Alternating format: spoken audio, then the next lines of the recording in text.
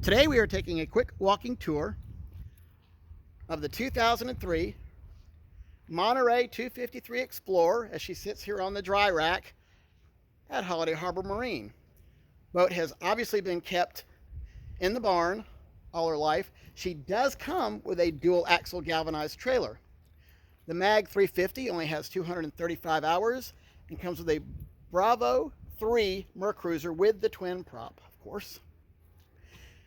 Boat does come with the Flex Teak style.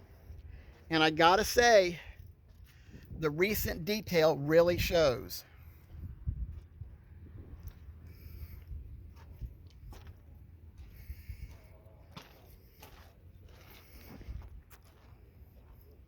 She also comes with a Garmin GPS Map XS, the 8 series, and the upgraded transducer.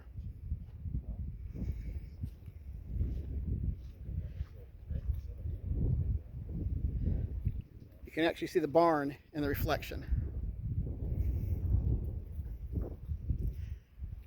Thank you for taking the time to view the 2003 Explorer 253 as she sits here at Holiday Harbor.